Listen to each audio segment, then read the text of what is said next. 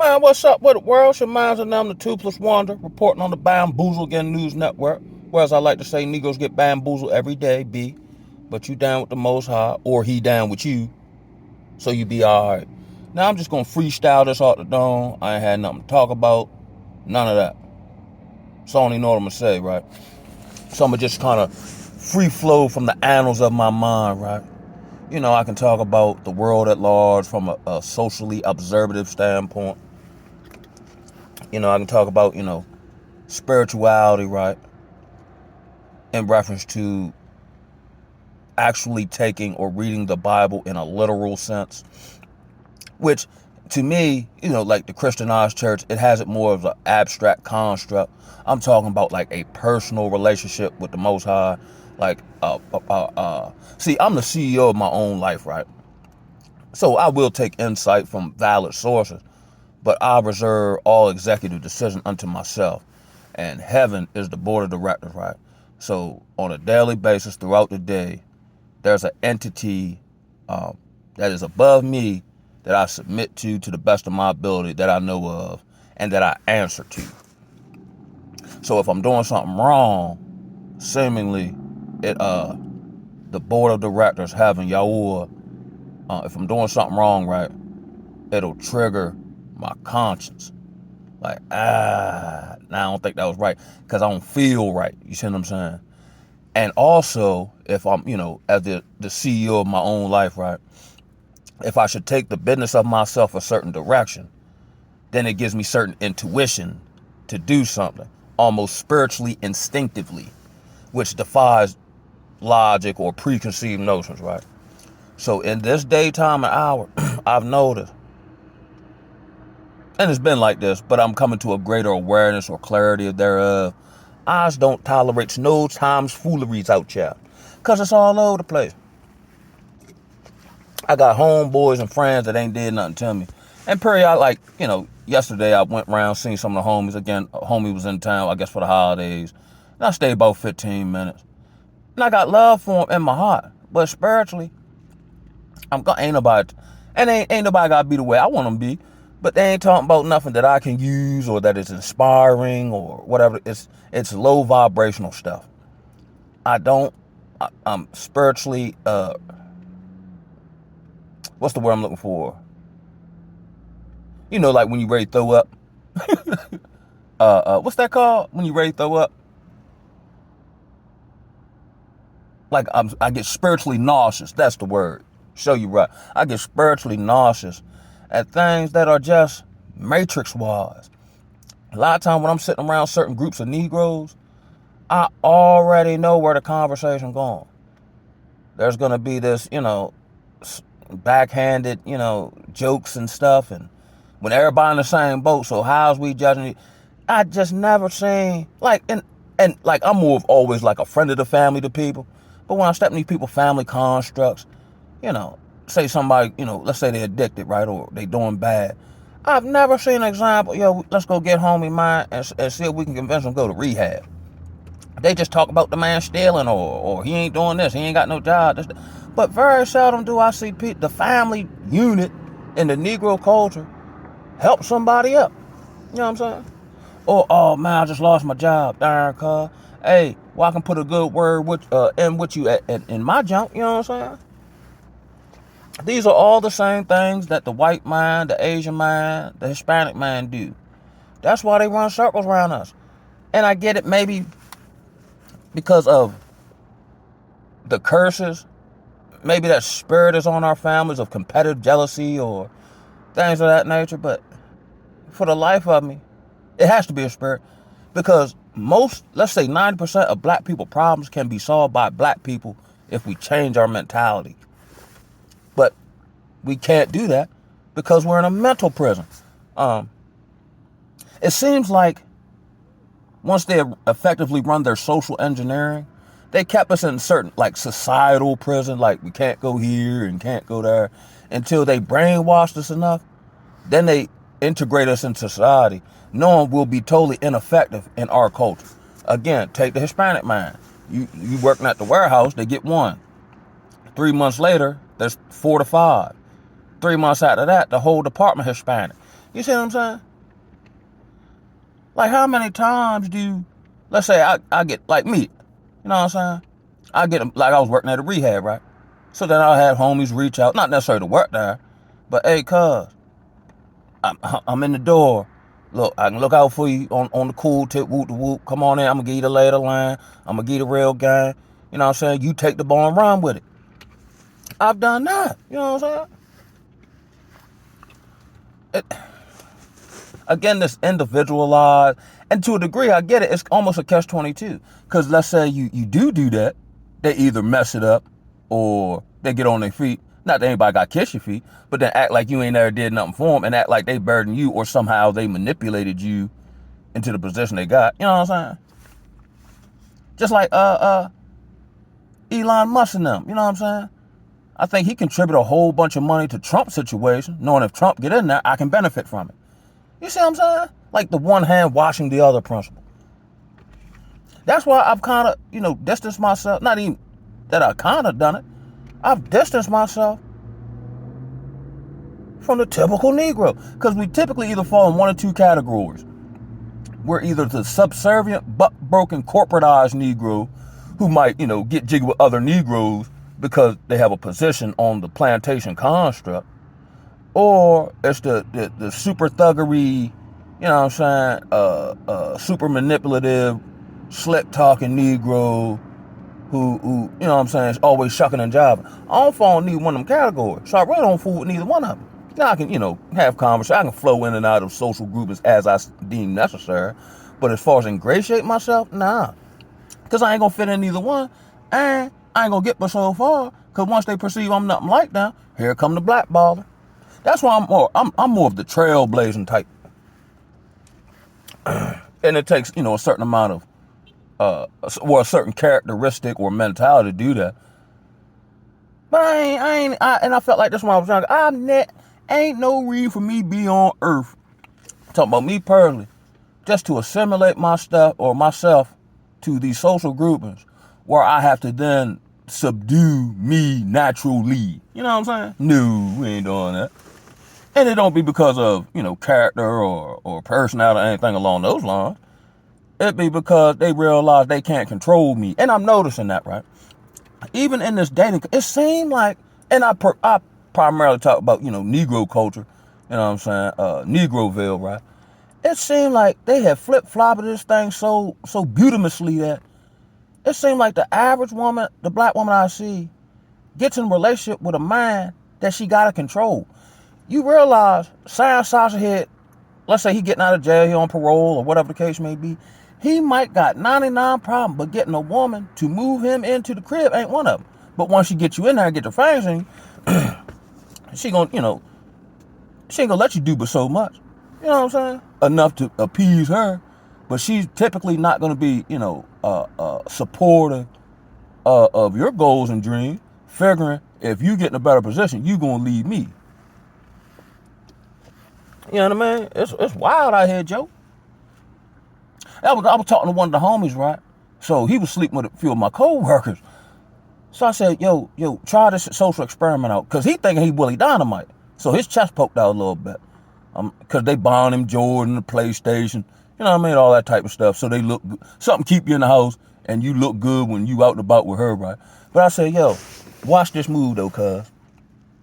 When next time she asks you want some Jordan or you request it or whatever, instead of saying, hey, instead of buying me some Jordans, yo, this is probably like summertime. I said, yo, can you rent me one of them riding grass mowers?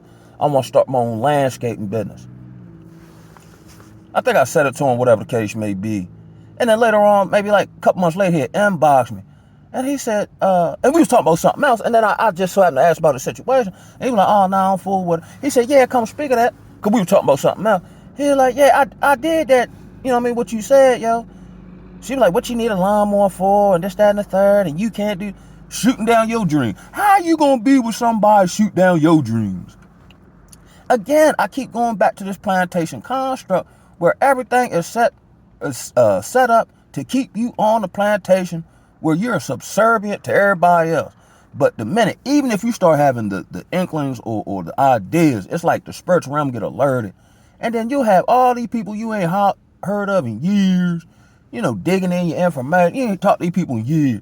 Hey, I just want to see how you're doing, and just trying to gather information, trying to see what you trying to muster up. You know what I mean? You could have been doing bad for eons. You know what I'm saying? Now, based on your experiences, you turn that around, and you use that to try to propel yourself forward. You got a whole bunch of people posing themselves as support who finna try to stop your shine on the smooth tip, on the covert tip, plant seeds of doubt, and you know what I mean? When in reality, if I get this going, it would actually benefit y'all, but they don't care nothing about that. If I get free, I can come back get y'all free. Nah, we don't want you to get us free. We want you to stay here with us and complain with us. They have spiritually punished us to the point where we ain't got no fight unless it's against each other. You know what I'm saying? That's amazing, Joe. You know what I'm saying? The most gifted people on earth don't own any of the industries that they're gifted in. We don't own no basketball league for the most part. I guess other than Ice Cube or something. Run up and down football field, can't own none of the team. You know what I'm saying? Sing the greatest songs known to man, can't own none of the record label. And if you try, you get indicted or here come the feds. You see what I'm saying? That's why I say, yo, just like in Egypt, we not meant to get out of this on our own hand. Even in my own personal life, it ain't meant. Because I got the, not necessarily financial, but I have the ability to know how to, passport all that, to leave America right here, right now. And mysteriously, it'll fall apart, or I'll contact this particular agency. They'll say they didn't get the email. I'll redo it, never hear nothing. And then typically they don't respond back. I'll forget about it because I keep working on different stuff. So I don't want to say try, but I still on my mind. So on my mind, I got it. But I can only do what he allowed and released me to do, and according to his sovereign will and plan. You know that verse that say a man gift make room for him. So as it currently stands, and it's a foregone conclusion. I just say that because I'm just so used to stuff falling apart or stuff seemingly in the bag and the bag fall apart. But I've gotten an opportunity that's along my skill set, not my personal desire, but the skill set that was honed in the fire of affliction. The knowledge, experience, wisdom, so on and so forth, from homelessness, from being around different type of individuals in dangerous environments, my own personal growth and development, like the original GDs out of Chicago, that don't come out no book. Just like I can read a book about war, and I'll just have a bunch of information in my head that I can use to talk about a topic. But reading a book about war and then being placed in a war zone and being able to effectively operate is two different things. They say the greatest teacher is experience. That's why I be tripping out off all these so-say mental health people and counselors and all that. Granted, you go to school, I get it. I ain't really no knock on it. But how can you tell me how to do something you ain't never done in their experience? You know what I'm saying? And then more often times than not, especially here in this fake healthcare industry, like I just was so blown away, me, myself personally, when I talked to individuals, or I talked to the one witchcraft woman, and I was like, yo, let me be your therapist, yo. You know what I'm saying? Pro bono, I ain't even gonna charge you. How? I don't understand how you charge people healing. Oh, you know what I'm saying? That's just something you do for the love of the game. But I digress, right? So she was like, well, you can't be my counselor or my therapist because I don't have a therapist who they themselves don't have a therapist. I said, whoa now, necromancer. I said, let's break this down to the molecule. A therapist isn't validated to you unless they themselves have a therapist, which translates in my brain that you don't want somebody to advise you or give you insight about how to live life unless they got somebody to do that for them because they don't know what they're doing. Huh? Again, I go back to this, like, and okay, you practice all this witchcraft, all this tarot card flipping, but you're still not whole though. You got so, fool's gold. Look at me. And we have been around each other and so on and so forth. And everybody know I'm just got a different type of Negro. And They'll ask her, like, do you do this? Do you go to church? No, no, no, no, no. So how do you, what I'm saying? It was the journey. It was the path that honed this here. That's why I can tell you stuff without necessarily knowing all the information and be dead accurate. Because it gave me a spiritual instinct. Because of the environments I was in, not necessarily intellectually, but spiritually, I'm going to have to discern who I'm around for navigation purposes. I can tell you lying. Not because of the words that came out your mouth, but by your body language. Here's a case in point, right? If you're dealing with one of these shucking and jiving Negroes and they get to talking and whatnot, and they talking to you, and a lot of times they'll create like, seemingly random conversation, but there's an intent and motive behind it. They just chiming you in. So they'll be like, yeah, such and such. Oh, yeah, the Ravens, yeah, da-da-da. And they talking, and they do like this twice and hit their nose. They lying. They lying. It's a spirit. All spirits and have or give out the same attributes and mannerisms. Just like, okay, if there's a white woman that primarily dates black dudes, they all got the same energy and vibration. Typically, you can tell when a dude's sweet because the spirit of sweetness makes them behave and move and operate in a certain way. Anything you do habitually got a spirit attached to it. You see what I'm saying? Like no matter age, race, where they come from, whatever. All alcoholics typically do and operate the same way. You see what I'm saying? No matter how, you have your different types of bamboozler. You got the preacher man bamboozler, the businessman bamboozler, you know what I'm saying? The fake woke bamboozler and all that. They all got the same talking points. They all got the same rhetoric in their particular field. You know what I'm saying? That's why I don't be paying nobody no mind, 'cause I can tell everybody lying. Here's a case in point. Like, typically, this is what I do, because it does get convoluted trying to figure out who's who and this, that, and the third, right? If somebody say that man crazy or don't listen to him, that's who you listen to. But the people you hear repeatedly lying, like the people on the news, don't nobody say that about them, though. And they get caught lying all the time. But people still take what they saying like it's the gospel. You just lied last week. Did we forget about that? This is a wild type of, now that I've become more grown, like evolved and so on and so forth, this is like a wild, like, it's like I'm implanted into this reality, viewing it from the, like, I'm in it. I guess like how, no, I've never done it, but how you put one of them Oculus things on your head and then it implants you in the game, but then you can take it off and kind of come back out the game to some degree. That's how I view all this stuff. That's how, like, I'm not a black woman bashing dude. I can just see with the eyeballs I've given, it's not conducive to where I'm at with it. Now, now with the information and knowledge I got, if I was a womanizer, I'd be able to run through, you know what I'm saying? Or bamboozle them, because I like to believe that Negroes like to be bamboozled. They like being told what tickles their ears, like the word said. You know what I'm saying? If you want to turn people off, tell them the truth. Not even in no demeaning way or anything like that. That's how the bamboozle operate. He just feeding the people dysfunction. Or their false perceptions of reality. You know what I'm saying? That's why all the bamboozle online make all the money. These fake dating coaches and all that there. You got these brothers. I would go back to the red pill stuff. I started and then I just kind of moved past that. But it makes no sense for, okay, I'm a podcast dude, right? And I got a whole panel full of OnlyFans, Instagram harlots, right? And then I'm trying to tell them what she need to be. I understand. And here's what I'm, not just spiritual instinct, but spiritual understanding. There's no reason for me to talk to these women because I already know they do not want to change you. And the purpose of bringing them on there is for eye candy so you can get views and act like you masculine, like you telling these women what to do and arguing with these. Ain't nobody finna argue. They don't want to do it. Ain't nothing to talk about. Podcast, that joint lasts about 13 seconds, yo. You know what I'm saying? I'm gone. Now we can talk about, now I don't, judge anybody, or I just judge as far as how I deal with you.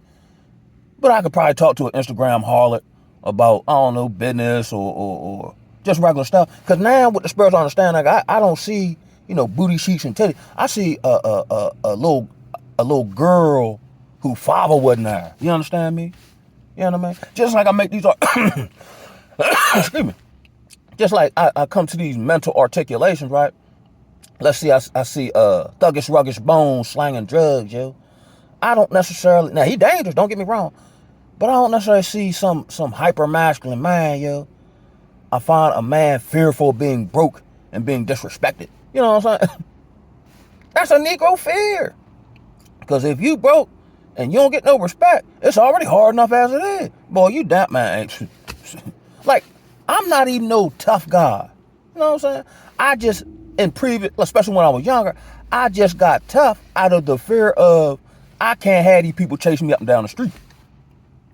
Because I am chill. You see what I'm saying? So what in my mind, I'm going to have to do something so super spectacular that I gain the psychological edge. Something they've never seen before in the street. So when they see me by myself, you know what I'm saying? Even if I'm outnumbered, they're like, that Negro crazy. If they label you crazy, you can make it work for you. Because when people think you crazy, they don't fool with you like that. Or they ain't going to go but so far because they think you crazy. You know what I'm saying? It's not that you crazy. It's just that I'm nothing like you. I'm not easily programmable. Even though I've been, I've fallen into, as I like to call it, these different programs of, drugs or looking for love in all the wrong places, not understanding I need to love myself. I've noticed that as well. The more I love me in the sense of making sound decisions and treating me all right, like drinking beetroot juice and whatnot, and so on and so forth, I don't necessarily need love of the world. I love me enough not to put me in bad situations, hoping it work out when I ain't seen it work out for nobody. You understand me? Shaboing boing. You know what I mean?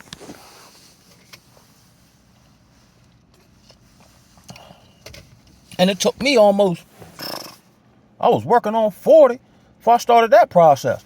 But there were requisite, experiences I had that helped get me out of my own wisdom and understanding at that point. Because again, I think I'm smart, so I think I can get out of some stuff.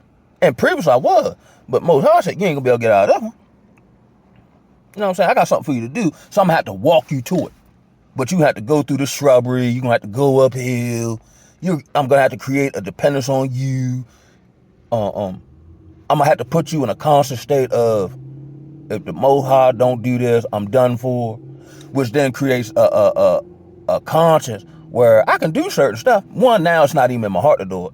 I don't want to be known for that. But a certain level of fear, what they say, fear of the Lord is the beginning of wisdom and knowledge. You know what I'm saying? I fear doing, now I can mess up, make a mistake. You know what I'm saying? Darn, okay, now I know something. Like, I don't necessarily mind making mistakes. Because if I make a mistake, I'll learn something I didn't previously know. But let's say I see Bone Quisha, and I know she Bone Quisha, and because I choose to disregard my sexual discipline, I hit that joint, man, I'm ready to get my hind part. He gonna let the woman, man, I'm trying to told you. I already know that. So ain't no sense of me even fooling with it. And it's not really this. And I feel like with the knowledge I got now, I be taking advantage of. I don't want to take I'd rather empower people than take advantage of. That's another thing I despise, you. People get in these positions and then hold people underneath of them so they can get all the glory, or almost do like Satan and want worship. I don't even care nothing about none of that. I want to see people empowered. Let's say I empower one brother. That has a reciprocal action of he then influences the people he comes in contact with. You know what I'm saying? Almost a reverse COVID. You know what I'm saying? I'm going to, quote unquote, infect you with empowerment, with enlightenment, with insight, with self-love or health, whatever, right? And then wherever you go at, you're taking that virus with you. Now, certain people might be immune to it and so on and so forth, but whoever you may come in contact with, they might get infected and they infect others. And then by the proxy of that, maybe we, or I, however you look at it, quote unquote, not change, but influence and impact our culture, neighborhood that way. But I don't think it can be done outright like marching or anything. Like, it has to be spiritual. At the end of the game, all this stuff is spiritual. I understand that now. So like, even with, my legal situation with that type of stuff, I've now come to understand it's not the person that's attacking me, it's the spirit operating in the person that's attacking me. And the reason they're attacking me is because of whatever they've done. There's a spirit attached to it that now coming after me, even though I ain't did nothing to them. And I got the best interest high. You see what I'm saying? Like, I'm starting to get into that realm now. You know what I'm saying? almost another level of master senseism. Whereas, oh yeah, so yesterday I delivered an order, right? And, sometimes where I'm at, like, the numbers don't be on the house or the GPS be slightly off or whatever. So I parks, I pulls up in the driveway, but where I'm delivering is right next door, right? So I hop out, deliver the order. Some woman come outside talking about, oh, you're in the wrong parking spot. So I've been working on not responding to people. Kind of like people talking me stupid. So I just kind of like looked at them like, you know what I'm saying? And proceeded on to handle my business. Then they called me a dumbass. Hop back in the car, rolls out, gone now. And I wanted to say something, right? But then I was like, I prayed to Mo High, because that's like the little small test. You know what I'm saying? Okay, but I mean, okay, I parked in the wrong spot. Okay, yeah. I was there, 8 seconds? You know what I'm saying? But I have to understand the spirit operating in these people. You know what I'm saying? Now I'm all riled up or whatever the case, and it ain't about nothing. You know what I'm saying? Weird. You know what I'm saying? I'm trying to get on my noble status here. Just like, I don't know if Biden woke or not, but whatever we say about, let's say whatever Negroes say about Joe Biden or whatever the case may be, you can talk about the man all day long and this, that, and the third. That man don't care nothing about that. He's so high, he don't care nothing about your opinion. You know what I mean? You can't even call a man and tell him about himself. You know what I'm saying? And I'm getting to that point not in preeminence or not in understanding the game from a spiritual perspective. You know what I'm saying? All these hypothetical situations I conjure up in my mind that could be personally detrimental to me have never happened. You know what I'm saying? So there's nothing really to protect myself against other than spiritually, because he's been protecting me all my life. I've been around people who smoke PCP, robbers, gun toters, major drug sellers. You know what I'm saying? Shoulder to shoulder with them. But I was never in grace. I was just his homeboy, and that's just what they did. You know what I'm saying? I got people that I personally know, like I had their number, and they're doing, life in jail for murder. And I know them personally, like rode in their car, you know what I'm saying? We smoked together, we drunk together, you know what I'm saying? I was fortunate enough to escape all that stuff relatively unscathed. Other than I got through unscathed. One, the knowledge of experiencing these things that most people don't have. Like we can experience the same thing, but not perceive it the same way. You see what I'm saying? Just like what's that? I think he's a Harvard law professor, Michael Clark Dyson. He's a Harvard law professor. His brother doing life in prison, but they grew up in the same house, same experiences. One went left, one went right. You know what I'm saying? And I ain't even necessarily go right. It was just, the Most High keeping his eye on the sparrow that was leading me, around, through the valley of the shadow of death. And not just physical death, mental death, spiritual death. You know what I'm saying? Just death where you just pack it in and, you know what I mean? I'm tired of fighting, so I'll just go, ain't nothing wrong with it, but I'll just go work in a warehouse, but I ain't gonna start to, continue to educate myself, or I'm just keep eating these cheeseburgers, and, you know what I'm saying? I'm gonna just stay in the matrix. Like what was that dude name on what was his name? On the Matrix, Stryker, where he was out of the Matrix. He know the Matrix ain't real, but because of whatever, he was, however hard it was to him in his awakening, he chose to go back into the Matrix. He know the steak ain't real. He just like the way it tastes. And on that note, I'm going to holler at y'all.